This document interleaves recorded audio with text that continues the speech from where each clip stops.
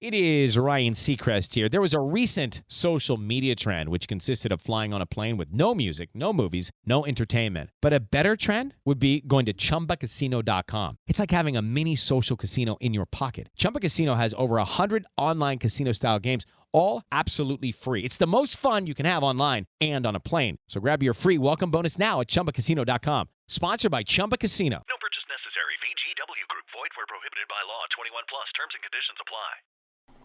What's going on, everybody? I am Mick Manhattan, the Scene Snob. I'm here to talk to you about Kimball's Cookies. They've been our sponsor since the beginning, and we truly love them.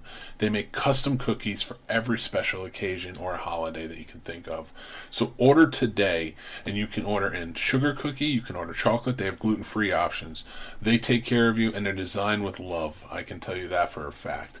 So check out Kimball's Cookies on Facebook, and when you order, use promo code SNOBS, and they'll give you 10% off your order. Thanks. What's up, everybody? It's the Scene Snob. I'm Mick Manhattan, and I'm here to talk to you guys about our awesome sponsor, Manscaped. They are the premier tool for your grooming downstairs. Summer's coming. Are you ready to unveil your beach bod? You're in luck. Our friends at Manscaped just launched their 4th generation performance package, which includes the Lawnmower 4.0. You heard that right, the 4.0 is here. Complement your summer bod with a trim from the leaders in male grooming. The sun is shining, call your name, guys. Join the 2 million men who trust Manscaped worldwide, including myself and all of the hosts here, and get ready for Hot Guy Summer by going to manscaped.com for 20% off and free shipping with the code SNOBS, S-N-O-B-S, and they'll get 20% off and free shipping. So go check out Manscaped now. They have amazing stuff like the 4.0, the Weed Whacker, the Crop Shaver, and all of their deodorizers and everything else are truly, truly amazing. I wear their underwear. I think it's just fantastic. But don't take my word for it. Go check them out yourselves because they have plenty of stuff for everybody. So go to manscaped.com and tell them the Scene Snob sent you by using promo code SNOBS. And I'll talk to you guys later.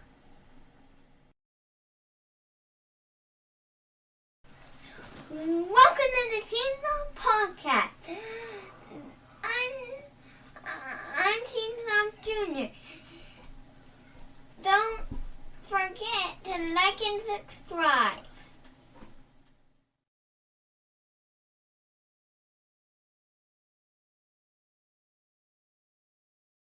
On the online. So we're back, guys. Casey did an amazing job hosting the panel, but we have a very special guest all I did here. was try not to mess it up. No, you did fantastic. You did fantastic. But we have a very special guest jumped in to join us.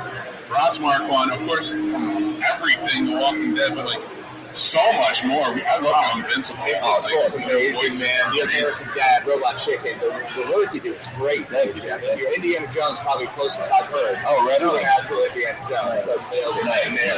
You created a huge fight between us with Endgame.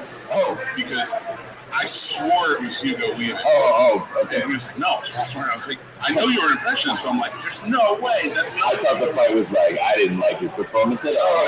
No, great. Okay, cool. Awesome. No, it was funny. I don't know if it was a scheduling conflict or what, but they reached out to Hugo to try to make it work, and it just wasn't. It didn't work out for whatever reason. And they reached out to my manager and said, "Does Ross do a Hugo Weaving impression?" And I just wrote it back. I'm like, which Hugo Weaving? Like, he's the master of accents. I mean, he does British, Australian, American, German, and I need some like guidance as far as what you want. Because I could do like Agent Smith or whatever, but like that, if that's not what you're looking for, give me some parameters. And they were like, well, we can't really say what it's for, but we're kind of hoping you can do like a German Hugo Weaving. And I was like, let's go. And they're like, no, we can't really say it. I was like, let's do it. And then I just watched Captain America: First Avenger a few times and really got it in my head. And then I was just like, boom, I'm gonna send it over, and it worked. So I mean, they were like, yeah, you got it. I was like, God, what is it? What is this? Like, and right up until I was there, like they literally just like, we can't tell you what this is. It's like it was super secret, So. You got to give Marvel credit. Like they do not tell you anything. And that's effective because when you watch it, like I'm still saying, like that's Hugo Weaving. Oh man, the voice. Thank you. Well, that's good. We wanted to make sure that people weren't taken out of the movie and asking, well, who's that? I don't know who that voice is. It doesn't sound good. I really wanted to make sure it sounded enough like him so that people would just like enjoy the performance and not be thinking about who's behind the cape and everything. But I remember the Russo, I think it was Anthony, I think Russo was like, I want you to, because I was trying to do like a straight impression of him from the first one. And he was like, no. He's like 84 years older. He's much more like broken. We want you to play like, imagine if Yoda and Red Skull came together. And he's like a really broken Yoda. And I was like, oh, okay. I was like, because I was doing the more like higher pitch, like Captain America, it's like, what you're doing here, there are no flags, almost like Arnold Schwarzenegger, It's very Arnold, it's a little bit deeper, what you're doing here. And then they're like, no, it's just like really a broken man. And I was like, got it. I can do that. I'm broken. So I want to talk about all your stuff, and but I know you limit out time, of course. But how do you do that? Like, I ask him how he does it. Like, just I'm a layman. I don't know. I don't do any impression. I mean, I always joke that I stay home a lot, but it's true. I do stay home a lot, and I talk to myself a lot, which is probably not ideal for my mental health. I don't know. People are always like, "Are you talking to someone?" Like, yes, I am. I'm always talking to myself, So I don't know if that's good or bad, but like it's just repetition. It's like music, If you just want to emulate something, you play it over and over again. And some voices just come to you. Like John C. Reilly, I remember I had auditioned for Wreck-It Ralph, the video game. And they were like, "Can you do John C. Reilly?" I've never tried John C. Reilly. This was like 8 years ago. I was like, "John C. I don't know." There's John C. It like came out of nowhere. I was like, "What? How did that just pop?" Because I've never tried it. And then all of a sudden, in the moment of like needing to, they were like, "We need you to go over there right now to Nickelodeon or Disney or whatever. And like, we need you to audition right now." And I was like, "Oh, I don't know if I can do that." Wow, there it is. Yeah. And I don't think it was like there where they needed to be at that point, but it was close enough where they called me back for Wreck-It Ralph 2, and I did a lot of his ADR for the. Awesome. Weird stuff, man. That's crazy. Yeah, it is one of those weird things. It's what I talk about. It's always about being alone, repetition, hearing it over and over again, and then just trying to play with your face, play with your voice, air in weird places. It's like we are all kind of woodwind instruments, So if like a clarinet or whatever, you put pressure on certain parts. Like James Gandolfini, rest in peace. Like I always tell people, like if you try to do it, you gotta sit forward on your neck. Because he always, what are you doing here? Hey, wait. You stick to a nose. What are you doing? I'll break your freaking legs. Come here. Like you gotta sit on your toe. Yeah. You can't do Gandolfini from back here. It's not gonna sound right. You sit right here. Hey, what are you doing there? I'm gonna break your legs. It comes. It's a woodwind instrument. Seeing how you kind of change that, even when you went back, it's almost like more De Niro. Oh. He does like kind of like. Thank you very much. It's very good. Thank you very much. That's good. Yeah. Oh my God! This is really out. Are you doing Patino? Oh, this. Okay. Very nice. We were guys just hanging out. Like I always loved how you could do it. I do none. I just tried, and I failed miserably. Okay. But we would sit in the bars, and it would just be okay. Let's try and sell something to the bar. And it's just like we think like it could be any random thing, and then like we're trying to sell it, and I'm like Nicholson, okay. And it's always a lot of fun. Oh yeah, he busted out a Jack out there. It was real good. Real nice. Oh, nice. Wow. Dude, I like that. That's really nice. Well, and then you can make a Christian Slater just go a little bit higher and stop it right over. I've been saying this for years. I'm so glad Christian Slater has been copying Jack in his entire career. No one said anything. No one said anything. I mean, I love Christian Slater. That is one of my favorite movies of all time. And I actually love him in Mr. Robot. He's great. But he's like, he's just kind of like, hey, basically doing Jack Nicholson. Take the guy. It's like, No one's gonna call you out. Like, I would never do. I'm so glad we're talking about this. You ordered your list, folks. Yeah, honestly. Christian Slater would love you. Yeah, it's amazing. If I could do it, I would. Yeah. Hey, who are you going to be, Casey? I'm going to ride the coattails of Ross Marquand. But I wonder if he actually does just talk like that. I wonder if that's. It might just be that that's his real speaking voice. It might be. It also might be one of those things where he emulated it for so long, he fell into it and became it. Maybe. I mean, it is funny because I know my voice is very close to my dad's voice, and it does beg the question, like, whoever your the person that you were like most close to growing up, maybe he watched a lot of Nicholson films. You never know. It could just be that got really subconscious, and then he's like, "Well, this is how I talk now," And it's like, good thing I never started talking like Casper Van Dien. Is that how you watch Starship Troopers way too much? Gotcha. You've got a good voice. He's got a great voice. Yeah, Seth Gilliam. Yeah.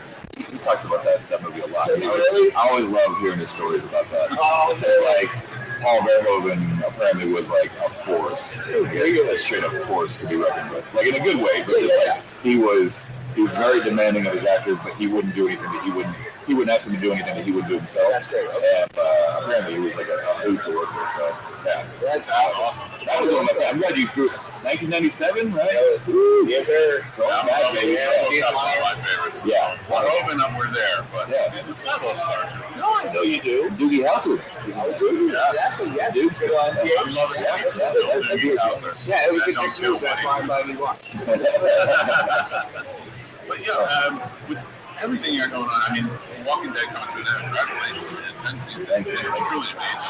You were fantastic as Aaron. Thank you. So, how does that feel like such an epic show with such a huge reach kind of coming to close? I was a fan before I got on it, so like I watched every single episode, and I'll never forget. Like I still don't have cable, so I have to wait until it's on Netflix.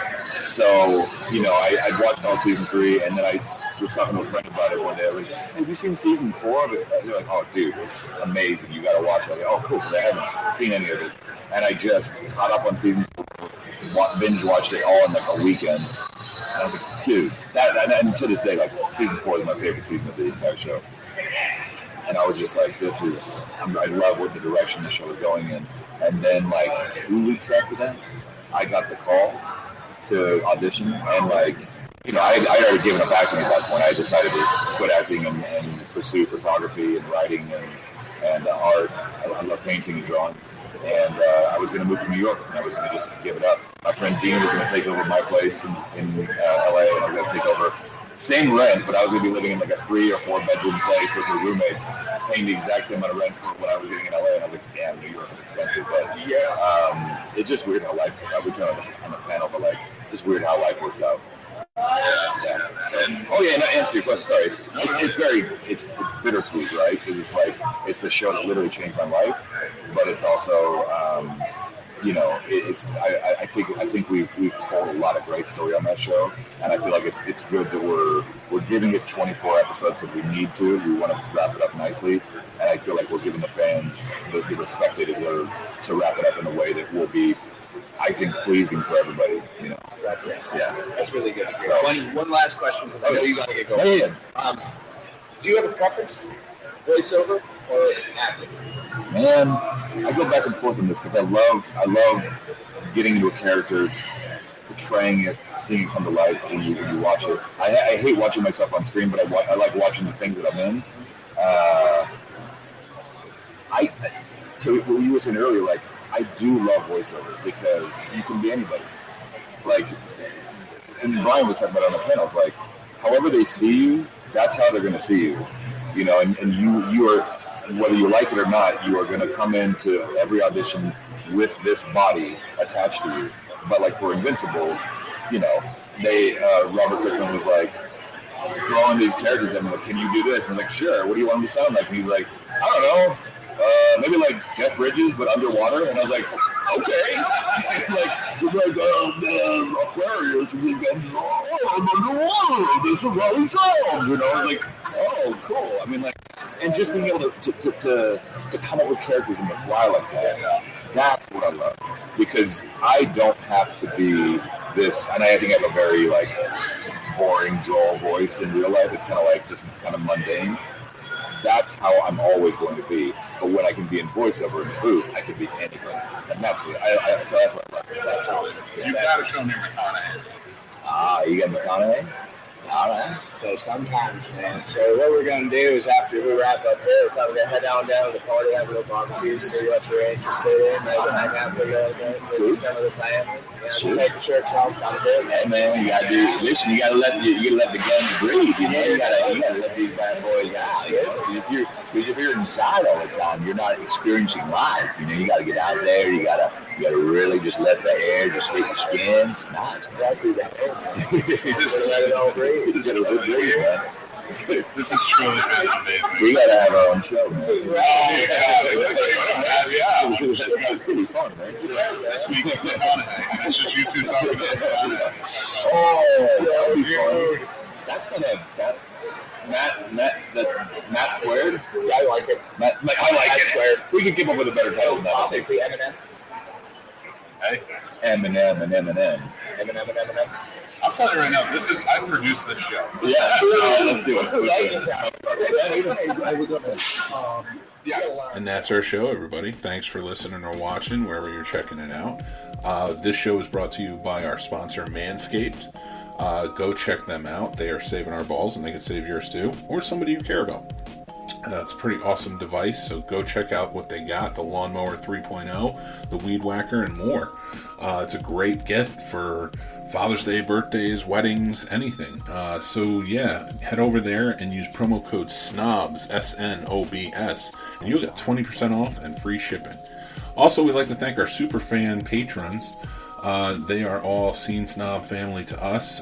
They support us every month, and you can be one too. So head over to the Patreon channel, the Scene Snobs, and it's $5 a month, and you can join in with helping support us and get the free perks too.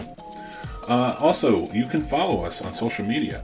We are on everything at the Scene Snobs, so Instagram, Twitter, TikTok. We are on Facebook, the Scene Snobs. Everywhere. We have fun stuff always going on, always have contests and stuff, so go follow us, check us out. You can go to our link tree by going to thescenesnobs.com.